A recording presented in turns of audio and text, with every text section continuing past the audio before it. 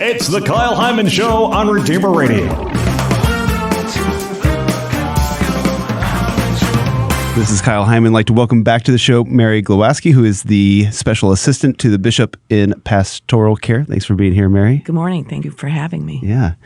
So we have recently had some bad news in the diocese that there's been an allegation against one of our priests, and the parish over at Precious Blood has, I'm sure, been going through a lot recently and have lots of questions. And I've noticed in people talking about it or kind of struggling with it or curious, there's some confusion over what the diocese has done and what to expect in the future. I thought maybe we could kind of clear this up a little bit. Maybe starting with the idea of this being a credible accusation, and how do we define a credible accusation against a priest? Sure. Thank you for the question. When we receive a call, we receive that call and take down basic details. Once we have that, the call can either come into me or to Father Mark Gurtner. If it comes into me, then I notify Father Mark and Bishop Rhodes immediately. And at that point, it kind of sets into process the policies and procedures that guide us in an investigation for an abuse claim. And those are in the charter and in the diocese. We have our own policies and procedures.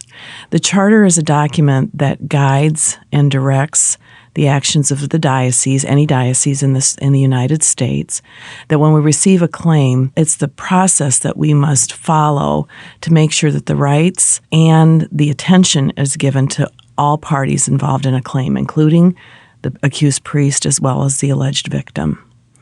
So that charter has been revised through the years, and I would just encourage anyone to either go on our website or just to Google Dallas Charter. Mm-hmm. But it's something that we've had in process for 18 years now. Mm-hmm. And so that helps us and really directs how we are to respond. So once we get a claim and Bishop Rhodes and Father Mark are informed, then we take an initial statement from the alleged victim. The priest is informed. We will meet with the victim, and the priest is also met so that they're informed that this has happened. Then in our situation, we have a lay person, Donald Schmidt, who is the investigator for the diocese. He then talks with both the victim and the accused priest. And then he gives a report, his findings from the investigation, to the bishop. The bishop then calls our Diocesan Review Board, which are a group of people who voluntarily come and help the bishop to determine whether this claim is credible or not. Mm-hmm. They make a recommendation. They do not make the determination. They make a recommendation to the bishop. Credibility simply means in our investigation, if a determination is that it is credible, it means that the accusation was more likely that it did occur than it did not. Mm-hmm. To come to that, we look at evidence. We look at the facts that were given to us. We verify those facts. We don't just automatically believe someone when they call. And in fact, for a priest, there is always the presumption of innocence. Mm-hmm.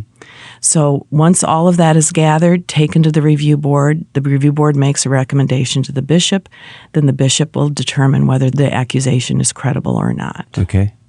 And at some point, are the civil authorities notified? Every time I receive a claim, I call civil authorities to report. Okay. Now, in the state of Indiana, the statute of limitations says that if a claim is made after the person is 31 years of age, there can be no criminal action taken. Mm-hmm. So I do report, just because this is something that Bishop Rhodes is solid on, mm-hmm. report everything. Yeah. But in our case, because of the statute of limitations, and I've never had a case that was under the statute of limitations. Okay. So since you brought that up, why does it often take victims so long to report an incident? Well, many of our victims actually along the way have told someone. The most sad cases are when a victim as a child told a parent or someone who is a guardian and they were not believed. I even have cases where the parent sent the child over to that same priest to confess, and then they were abused again, sometimes in the confessional. The shame, many times the abuser has threatened family members or them, almost 100% of the time they'll say the abuser will tell them they won't be believed, as a priest, because of their office and because of the stature they have in the family. Many of them are family, like they become family friends and, will have been at a family for family dinners and the joyful part of receiving sacraments. This man will have had a part in that for family. So a young person just knows they won't be believed. So it can take a long time. And in that time, the havoc in their own personal lives, the pain of the abuse is far-reaching and very deep, with their families. You can imagine the pain of a parent when they realize that, in fact, the abuse did happen and they didn't believe their child. Yeah. What are some of the maybe comments or questions that you often get, or maybe some of the conversations that you see that could be doing harm to either the victim or potential people that have been abused? And I'm thinking, for example, if somebody says, "Oh, there's no way that he could have done that. I know him."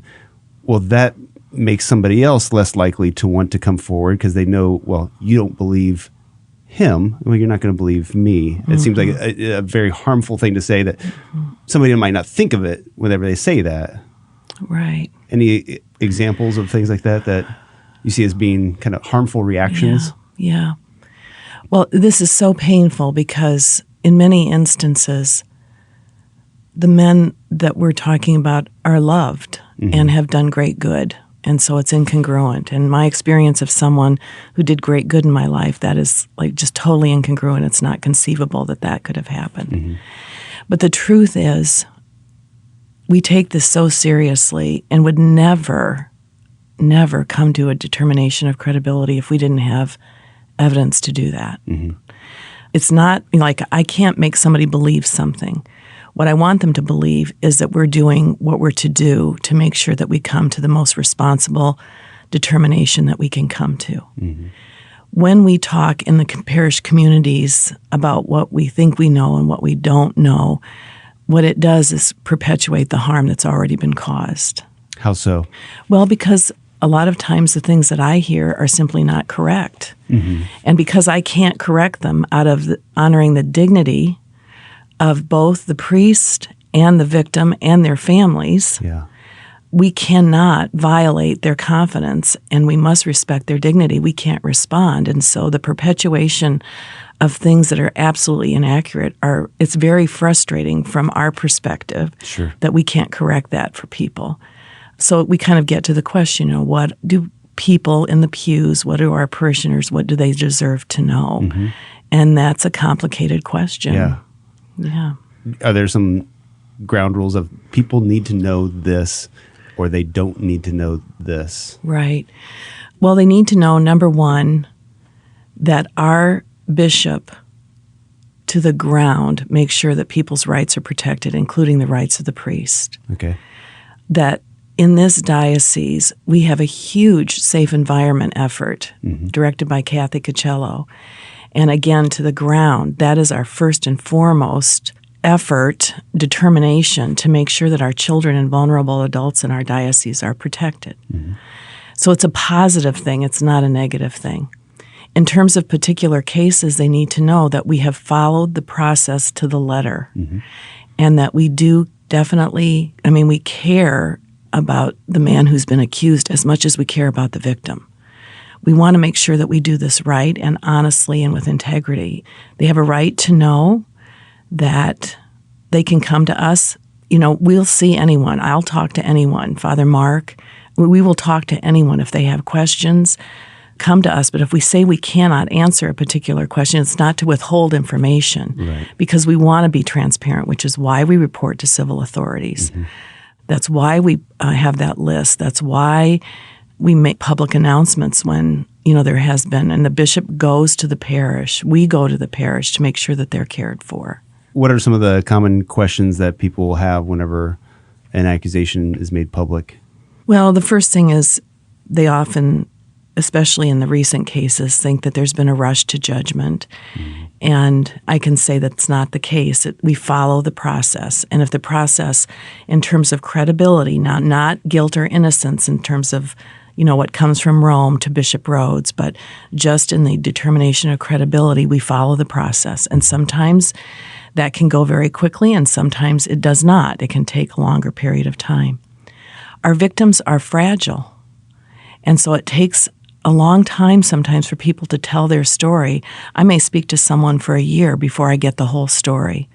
I see people and have seen someone right now for 2 years. I still don't know what's happened. So that we don't determine credibility. I just stay with that person until they're ready.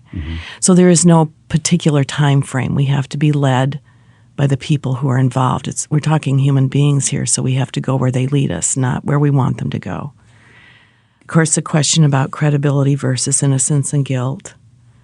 And then the consequences, understanding that the consequences of this and the pain of this is just so global. It impacts, the people who are in the parishes. It impacts our priests who have suffered greatly, especially since the situation at Precious Blood. I've been privileged to be with both bishops, Bishop Darcy and Bishop Rhodes, when they have been with our victims, but I've also seen the care that they've tried to provide our priests. I guess I would just encourage anyone, ask the questions. If we can't answer them, we'll tell you straight up, and we'll give you the reason why. It's because it's a detail that we can't release for their protection. Sure. Yeah. Is there a timeline that people should expect moving forward? Rome is a little bit of a wild card in terms of we have no control over the timing. So the determination for Precious Blood has already been made. The bishop has said it is a credible accusation. Father Joe Gaughan is on an administrative leave. He's still a priest. He's on leave. And the case now, everything is being gathered, lots of information, every part of the process then will be gathered by Father Mark Gurtner, who's our Vicar General and the judicial vicar. And then that is sent to Rome, and then we wait until they send back some kind of communication to Bishop Rhodes. Okay. All right. Anything else that you wish people knew about either reporting or the process that you think is often confused? I think it's important to remember, and 100% of the time when I've worked with victims, somewhere in my time with them, they ask this question: what would my life have been if this hadn't happened to me? And the gravity of that question and the realization that they're aware of the harm that has been perpetuated in this is not just theirs, and it's all of ours. And so I just would encourage everyone to, first of all, take all of this to prayer, because I know there's grace in all of this, and I've seen the grace, even for those priests who have been credibly accused, to trust Bishop Rhodes and the process, just the same way we would with anyone who's suffering, and ask God to show us, to continue to pray for Bishop Rhodes and all the people who are trying to make this right. Yeah. And if somebody has something that they would like to report, or if somebody needs to discuss something with you, what would be the best way? I would so welcome anyone to call. They can call me at the Archbishop. They can come to the Archbishop Noel Center, or to call me. The main number is 260-422-4611. My direct line is 260-399-1468.